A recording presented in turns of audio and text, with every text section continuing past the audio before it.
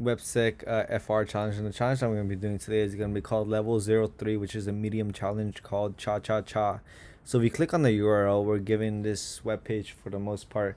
And this web page, we have a couple of things going on. It says time to find a collision on SHA-1. So finding a SHA-1 collision, it's going to be quite difficult. If this was MD5, then the challenge will be a lot more natural for us to find a collision in MD5, because MD5 is vulnerable to hash collisions. But SHA-1, from my understanding, not really. Well, it could be, but let's see. So it says, since PHP or Slavi is safer to hash raw values first with SHA-1 does not accept arrays and other weirds, then to hash the result is password hash to avoid funny stuff. To compare them, we're using password verify since this implementation is foolproof. Check by yourself. So we're going to click on this. And what we're going to do is just going to open it up in a new tab. So open this up in a new tab. And then we have right here the flag.php contains the flag variable, just like HTML. And this is where we want to look at the PHP. So if post C, so whatever we send to the value C, it hashes it, password hashes it. And then after that we have to verify our SHA-1 flag. This is like, I guess, the flag, our flag value that's hashed into SHA-1, and then H2, which is later on hashed. And then if both of them are equal to each other, that means it equals true.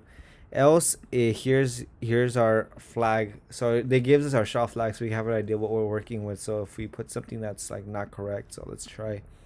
Right here I was testing stuff out, but when we tried 4A's, we see that a hash is generated. So how do we solve this challenge? What do we do?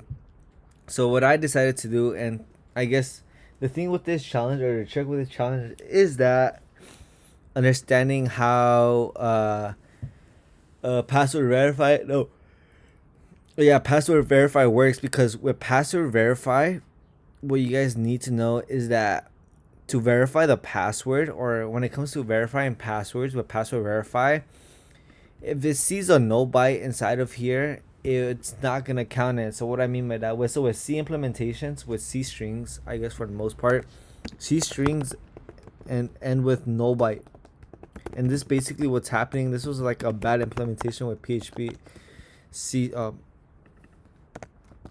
string no bytes. So in the string, in the C character, everything ends with a no byte, a no character.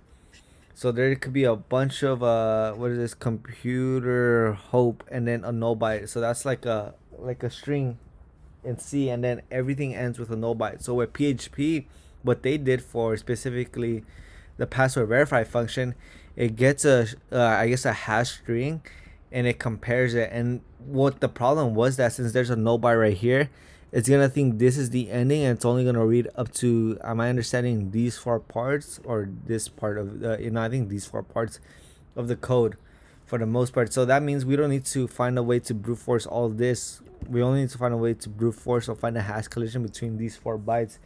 And finding a hash collision in a SHA-1 hash collision 4 bytes is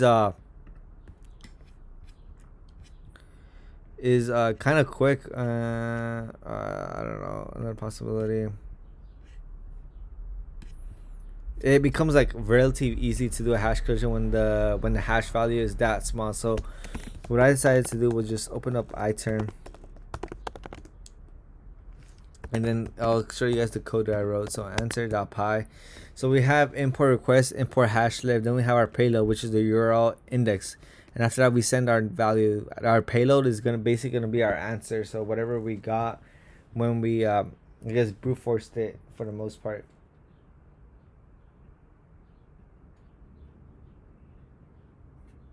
So if we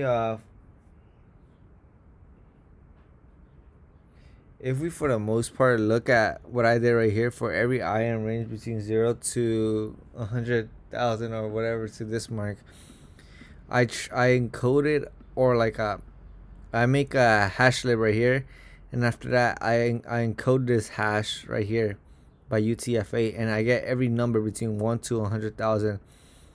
And after that I encode it, and then I try every value, and then I get a hex value out of it. I get a hex value to see, and I check the first 4 bytes, and I check the first 4 bytes to see that if there's any matchup with 7C00. And after that, I for the most part, if there is any match, then I print out, I find the output, and then I do exploit the input, and that exploit function gets run right here, and we send our payload to I guess to the URL located up above. So what I'm gonna do right now is, for the most part, run my exploit code. So we're gonna see what's gonna happen in real life.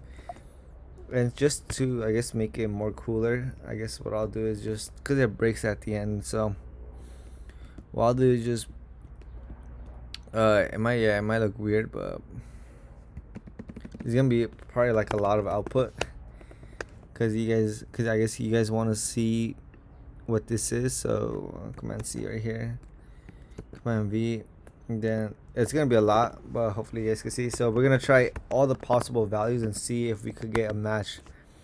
So these are all the possible hex values, and at the end we find a match. So it tried so many different type of hex values, or so many different types of values, and it generated a hash for it. And then we did a comparison to look for 7C00. After that, we found a match for it. So then what I decided to do was send a request. So with this, since I guess my code didn't work that well, what I'm gonna do is just send a value to it right here. So if I just send it this and submit the query, we get the flag Websec, please do not combine a raw hash function me. So which for the most part solves the challenge that I guess that we had for this piece of the code. So what I'm gonna do now is just submit this. And my bad, I'm just doing something on the side. So what I'm gonna do right now is submit this piece of code right here onto here, and then we'll get our points, and then we validate, and then we got congratulations. What about, I didn't write it for it. So yeah, that was about it for this challenge. Just mostly figuring out the whole, like, the end of it. No, I guess the only reason it didn't work is because I wasn't connected to the internet at the time. So if I try it again, it should work. And then we get this right here. So please do not combine raw hash functions. So yeah, this was like a vulnerability, or like, I guess not a vulnerability, but something that was weird with this whole password verify and password hash. That when it sees a nobody, it's only gonna count it all the way up to that certain nobody is located. But yeah, this was a pretty cool challenge. Hopefully you guys learned something new. I know I did. That was a pretty fun challenge for me. It was something that I've never seen before until now. So yeah, pretty cool challenge. Hopefully you guys enjoyed it for the most part. And yeah, I'll see you guys in the next video. Peace.